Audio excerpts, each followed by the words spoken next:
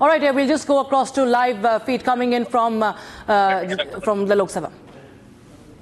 Disturbed as a result of Chinese actions.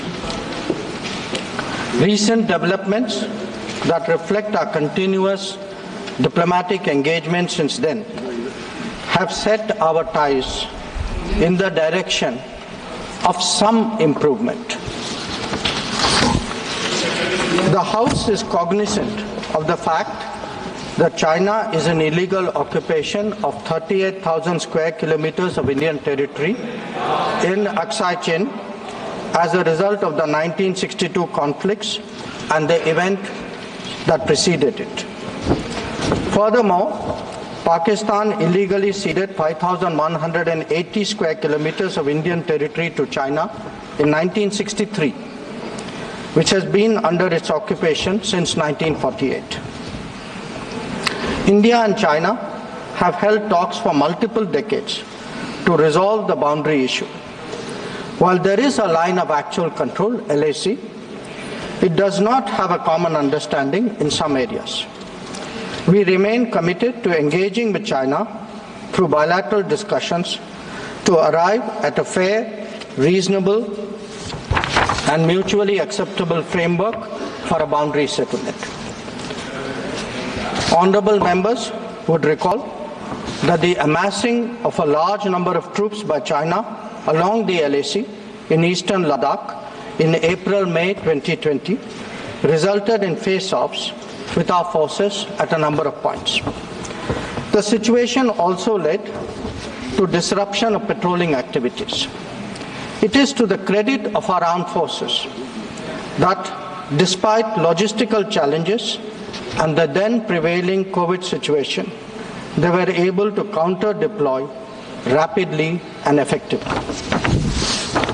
Honorable Speaker, sir, the House is well aware of the circumstances leading to the violent clashes in Galwan Valley in June 2020. In the months thereafter, we were addressing a situation that had not only seen fatalities for the first time in 45 years, but also a turn of events serious enough for heavy weaponry to be deployed in close proximity to the LAC. While a determined counter-deployment of adequate capability was the government's immediate response, there was also the imperative of a diplomatic effort to diffuse these heightened tensions and restore peace and tranquility.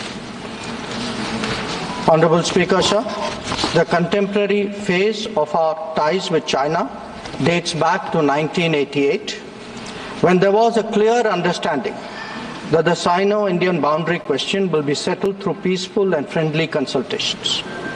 In 1991, the two sides agreed to maintain peace and tranquility in the areas along the LAC, pending a final settlement of the boundary question. Thereafter, in 1993, an agreement was reached on the maintenance of peace and tranquility. Subsequently, in 1996, India and China agreed on confidence-building measures in the military field. In 2003, we finalized a declaration of principles of our relations and comprehensive cooperation, which included the appointment of special representatives. In 2005, a protocol was formulated on modalities for the implementation of confidence-building measures along the LAC. At the same time, the political parameters and guiding principles for the settlement of the boundary question was agreed to. In 2012, a working mechanism for consultation and coordination, WMCC, was established, and a year later, we reached an understanding on border defense cooperation as well. Speaker, sir, the purpose of my recalling these agreements is to underline the elaborate nature of our shared efforts to ensure peace and tranquility, and to emphasize the seriousness of what its unprecedented disruption in 2020 implied for our overall relationship. The situation arising after our counter-deployment in 2020 called for multiple sets of responses. The immediate priority was to ensure disengagement from friction points so that there would be no further untoward incidents or clashes. This, sir, has been fully achieved as I will explain. The next priority will be to consider de-escalation. That would address the massing of troops along the LAC with associated accompaniments. It is also evident that the management of border areas will require further attention in the light of our recent experiences. In all of this, we were and we remain very clear that the three key principles must be observed in all circumstances. One, both sides should strictly respect and observe the LAC. Two, neither side should attempt to unilaterally alter the status quo. And three, agreements and understandings reached in the past must be fully abided by in their entirety. Honourable members would appreciate that as a result of the sustained tension and specific developments in the border areas, our overall relationship with China was bound to be impacted adversely. In the new circumstances, it was obviously not possible to continue the normal exchanges, interactions and activities as in the past. In this regard, we made clear that the development of our ties were contingent on the principles of mutual sensitivity, mutual respect and mutual interest.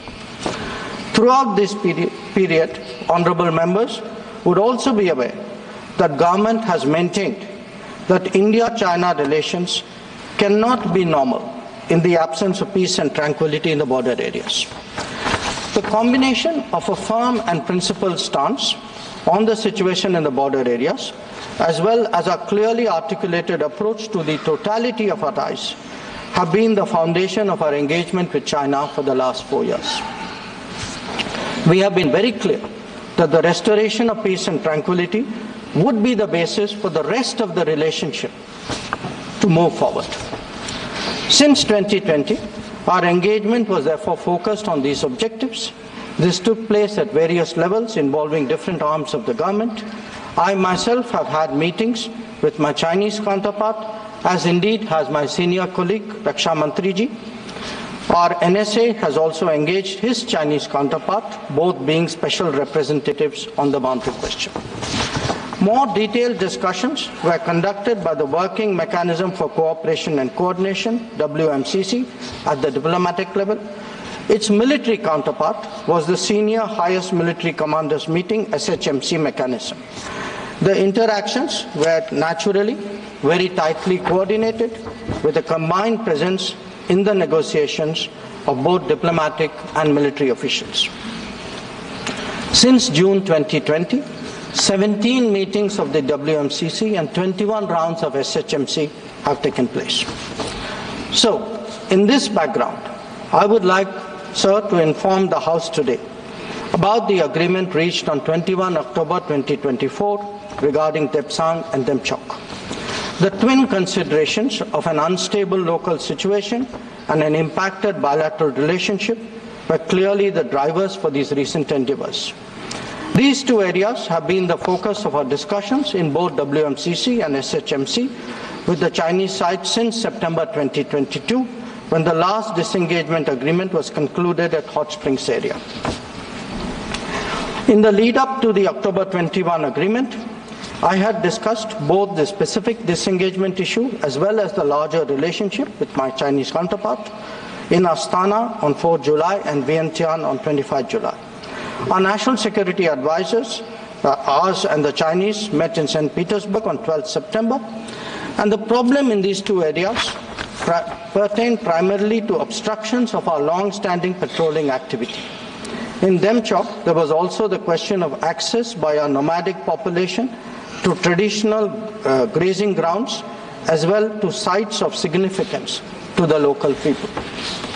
As a result of this recent understanding, arrived at, after intensive negotiations, resumption of patrolling to the traditional areas is underway.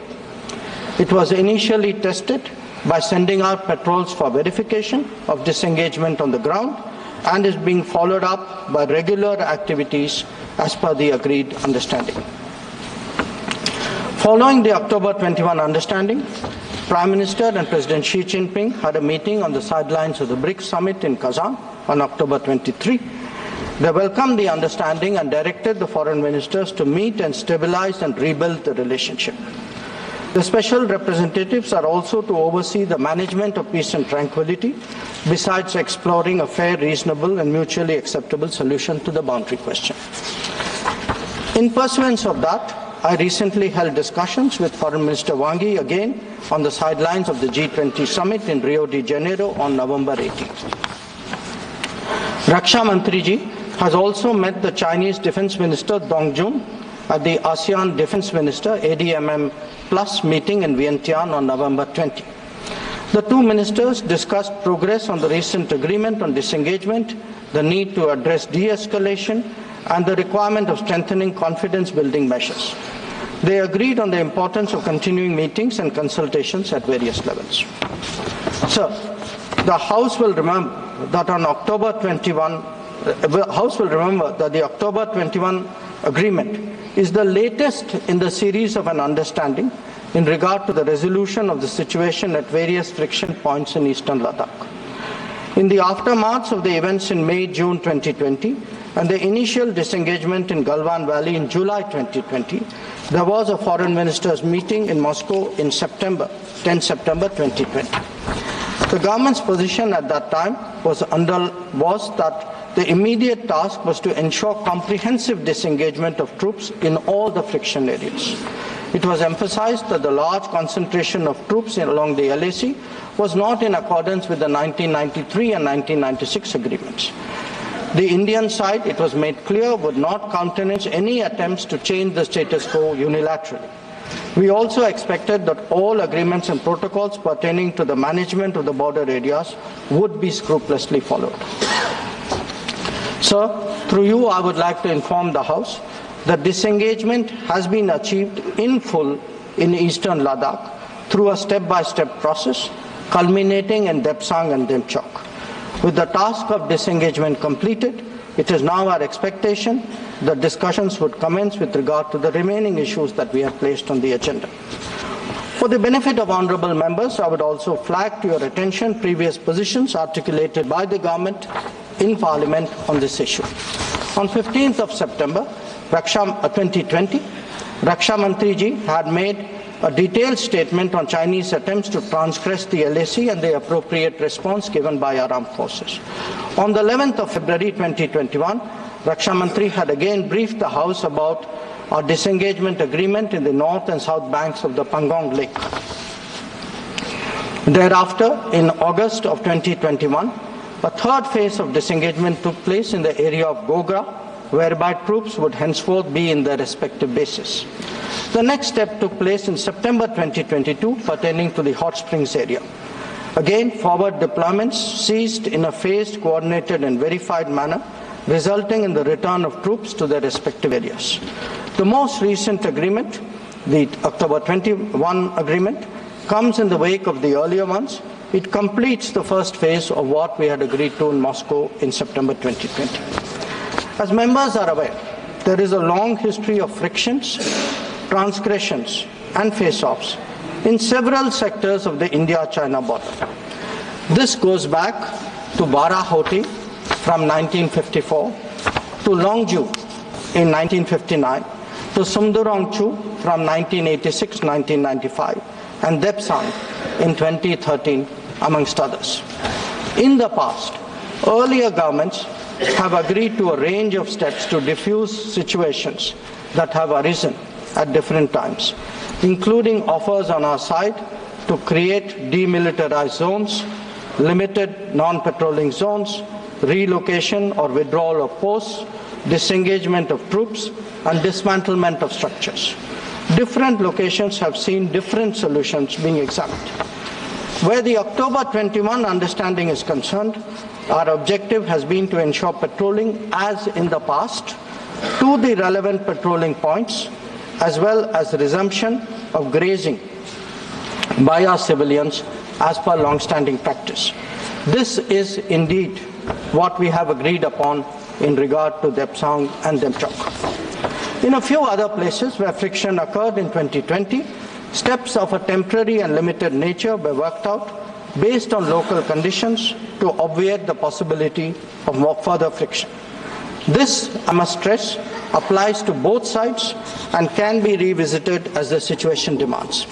In that sense, our stance has been resolute and firm and serves our national interests fully. The ensuring of our national security in this manner is the result of cumulative and coordinated endeavors of many parts of the government, obviously centered around our defense and security forces.